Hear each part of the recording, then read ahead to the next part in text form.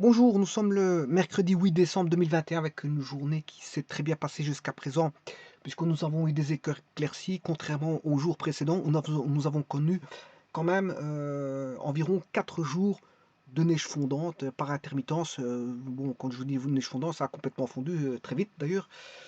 Mais il y a un jour, ça a tenu un tout petit peu, au bout de 20 minutes, tout avait disparu. Bon, c'était les premiers moments où on avait connu des neiges fondantes, ça date d'il y a 5-6 jours d'ici.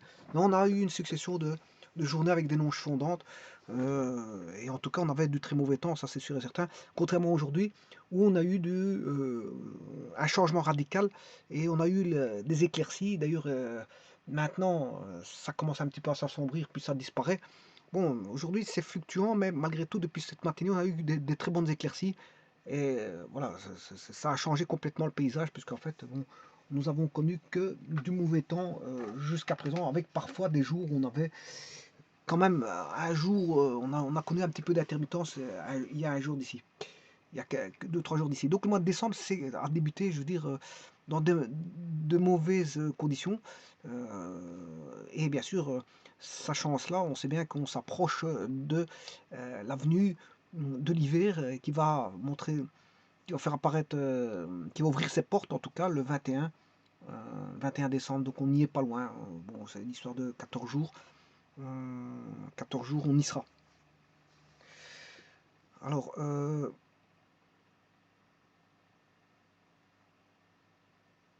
quand je dis 14 jours, c'est 13-14 jours. Hein. Voilà, 13-14 jours, voilà, on y sera dans la période hivernale. Bon, ceci étant dit, je vous présente un énoncé bon, qui est assez simple en résolution, je vous le dis tout de suite. On a un morceau rectangulaire de 500 mètres, c'est un demi-kilomètre.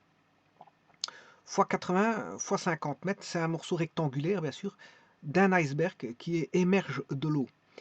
On demande quel a simplement le volume immergé lorsque les masses volumiques de la glace et de l'eau que vous devez connaître quand vous faites des calculs de ce type. Bon, les masses volumiques de la glace et de l'eau doivent être connues à une température, je vais dire, une température, on va dire, de 25 degrés.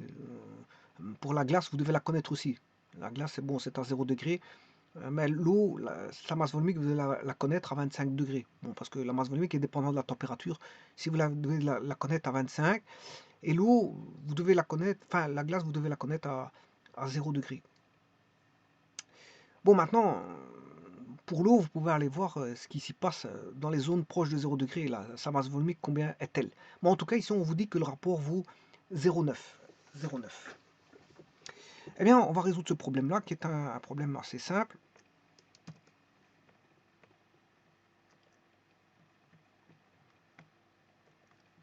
Alors, ça doit vous parler, puisqu'en fait, on a affaire à un solide, qui est de la glace, qui flotte dans de l'eau.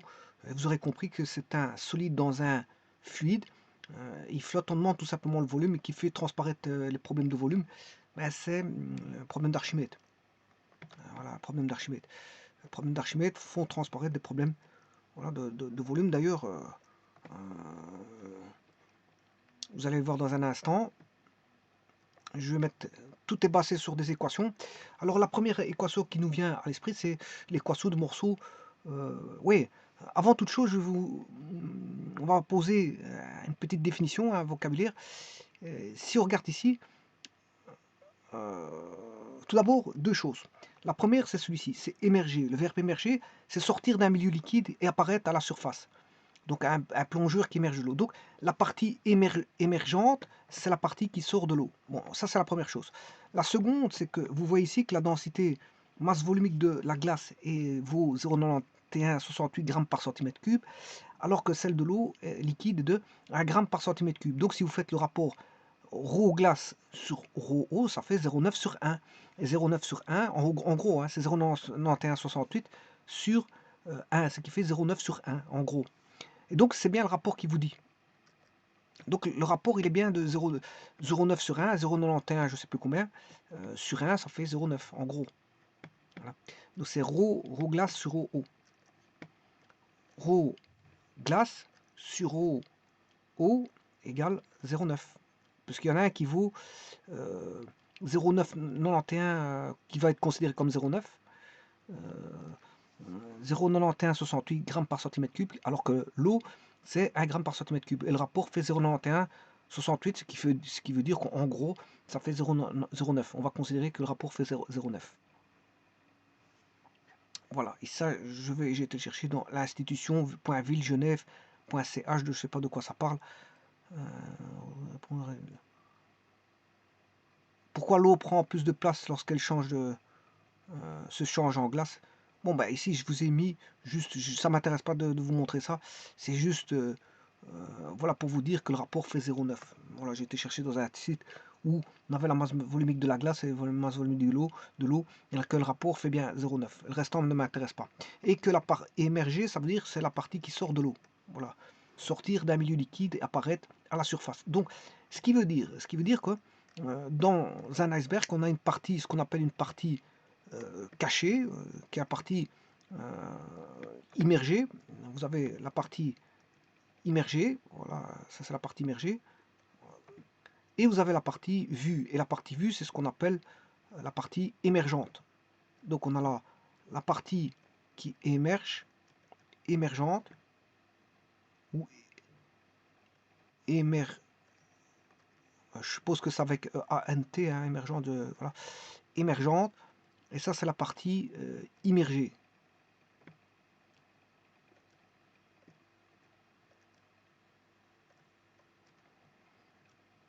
La partie émergente et la partie immergée. Donc la partie immergée se trouve dans l'eau, bien sûr. Alors sachez que c'est un rectangle. Hein. Bon, le rectangle, à mon avis,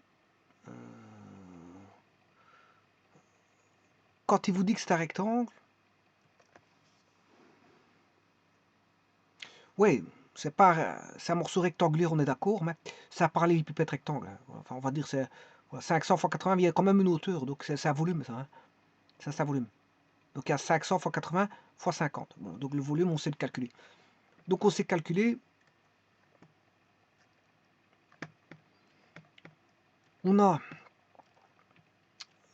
deux volumes. On a le volume émergent, qui est là, et le volume immergé, que j'appelle IM. EM, volume émergent, IM, volume immergé. Alors si maintenant, je regarde le problème, un morceau rectangulaire de 500 mètres x 80 x 50 d'un iceberg émerge de l'eau. Quelle est la grandeur du volume? On cherche le volume immergé. On cherche le volume immergé. Donc, on connaît le volume émergent. Le volume émergent est connu. Voilà, le volume émergent, il est connu. Par contre, on demande quel est le volume immergé. Eh bien, ça peut être fait par le problème, par une résolution par le Archimède. Pourquoi? Parce que on sait calculer, voilà, le volume. Comment? De la partie émergente, très facilement, au travers de son poids. À travers de son poids.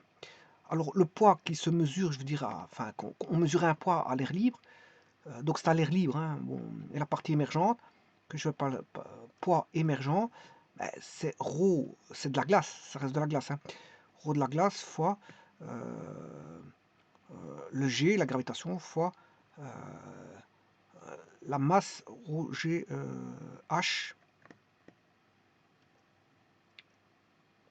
rho G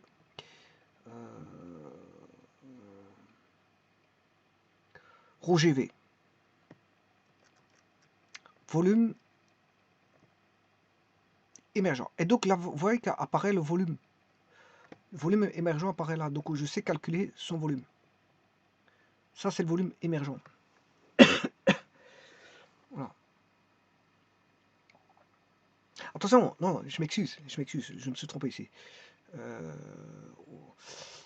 Ça, je peux dire, ça c'est vrai. Oui, on peut dire ça comme ça. Mais on peut dire aussi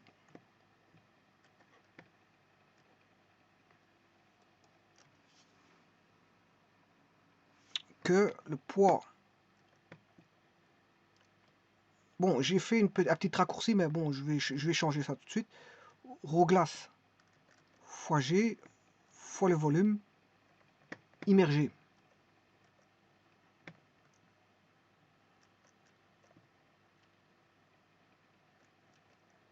Et donc, le poids total, ben, c'est le poids émergent plus le poids immergé.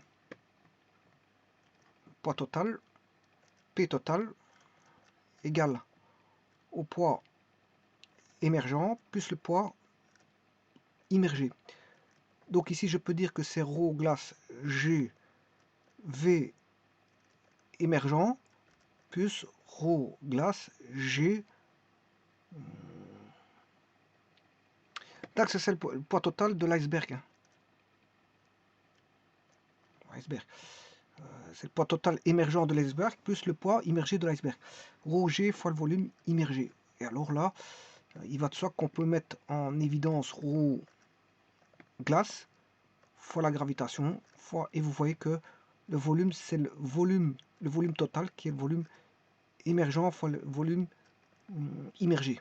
Voilà.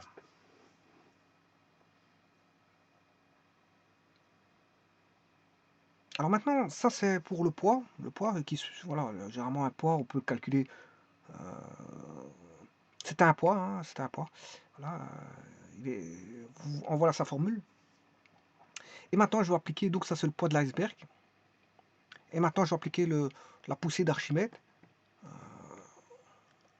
Donc on a le poids dû à la gravitation, le poids total de l'iceberg, qui est, je veux dire, en équilibre parce qu'il flotte. Hein.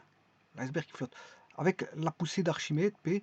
La poussée d'Archimède, c'est une poussée qui est égale à, bien sûr, je vous rappelle que tout corps plongé dans un liquide subit de la part de celui-ci, donc de liquide, et quel que soit le liquide, et je veux dire, quel que soit le corps, une poussée verticale dirigée de bas en haut est égale en valeur au poids du liquide déplacé. Donc P' est égal à ρ liquide, parce que c'est le poids du liquide déplacé, ρ liquide fois G volume de liquide. Mais il s'avère que le volume de liquide, bon, le ρ liquide, c'est le ρ de l'eau. Hein. Ici, il est immergé dans l'eau. Donc on aura ρ eau fois G fois V liquide. Et ça, c'est le volume immergé. Bon. Et comme on a égalité entre le poids de l'iceberg et la poussée d'Archimède, je peux écrire que le poids total de l'iceberg est égal à la poussée d'Archimède, c'est-à-dire que le poids total de l'iceberg, ben, c'est ρ glace fois G fois le volume glace, enfin, je m'excuse, volume émergent plus le volume immergé.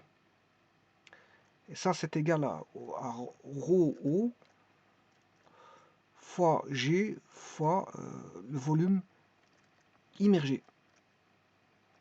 Alors pourquoi? Parce que je vous ai dit que la poussée d'Archimède est égale en valeur au poids du liquide déplacé. C'est-à-dire que on a le poids du liquide déplacé par le corps, c'est le ρ liquide qui est ρ de l'eau, fois G fois le volume immergé, parce que c'est lui qui est le volume d'eau, qui se trouve dans le volume d'eau.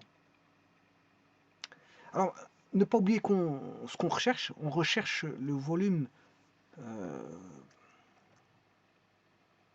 immergé. On cherche le volume immergé. Là, bon, je vais déjà simplifier par le G. Et il va rester ρg volume émergent plus ρg volume immergé égale à ρ eau volume fois le volume immergé. Donc on va traiter ceci, isoler l'inconnu. Je vais isoler l'inconnu. Donc l'inconnu, c'est le volume immergé. Donc on aura ρ glace volume immergé moins ρ eau volume immergé est égal à moins ρ glace fois volume émergent. Alors pour retirer le moins, je prends l'opposé à droite, c'est le ρ eau volume immergé moins ρ glace volume immergé est égal à ρ glace fois le volume émergent. Fois le volume émergent. Alors, je vais mettre maintenant le volume immergé en évidence, parce que c'est ça ce dont on demande. Ce qui est demandé, c'est le volume immergé. Donc, je vais mettre le volume immergé en évidence pour se retrouver avec une soustraction de masse volumique qui est volume immergé ρE moins ρ glace égale ρ glace fois le volume émergent. Donc le volume immergé est égal à ρ glace sur ρO moins ρ glace moins ρ glace fois le volume émergent.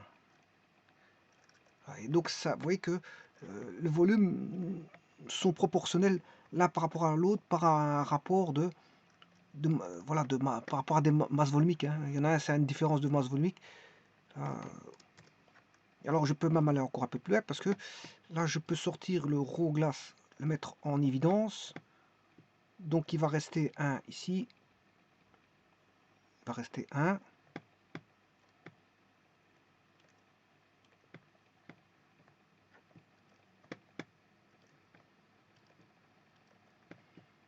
Il reste 1 ici.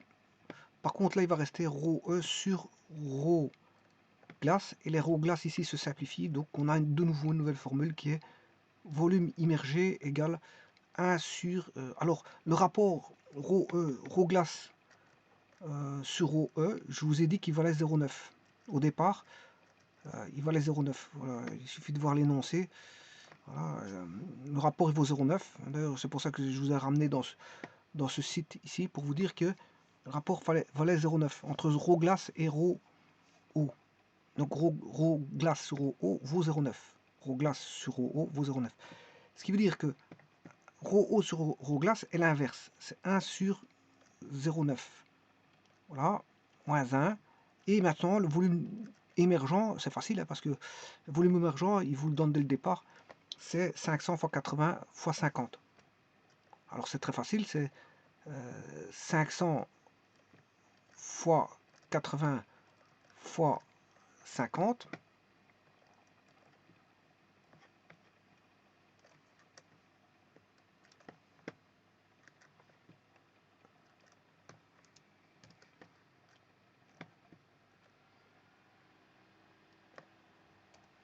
Alors, 8 fois 5, 40.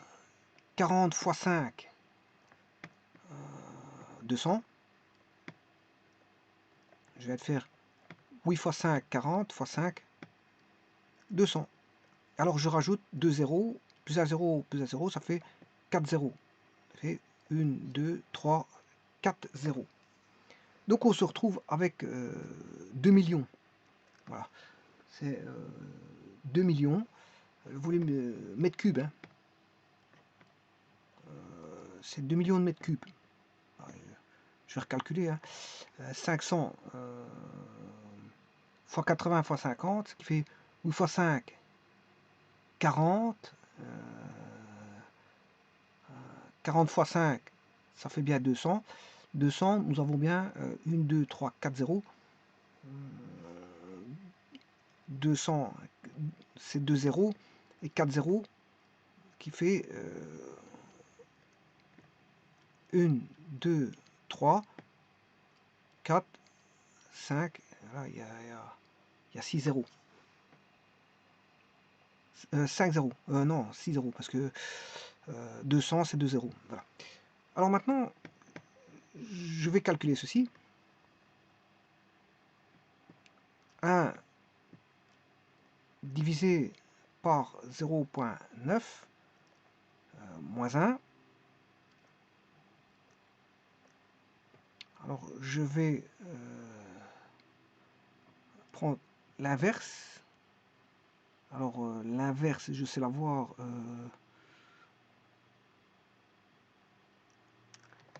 par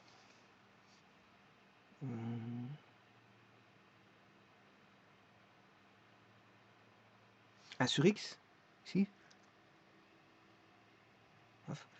Et je vais multiplier par 2, ce qui fait sur 18. Hein. Là, donc ce qui veut dire qu'on a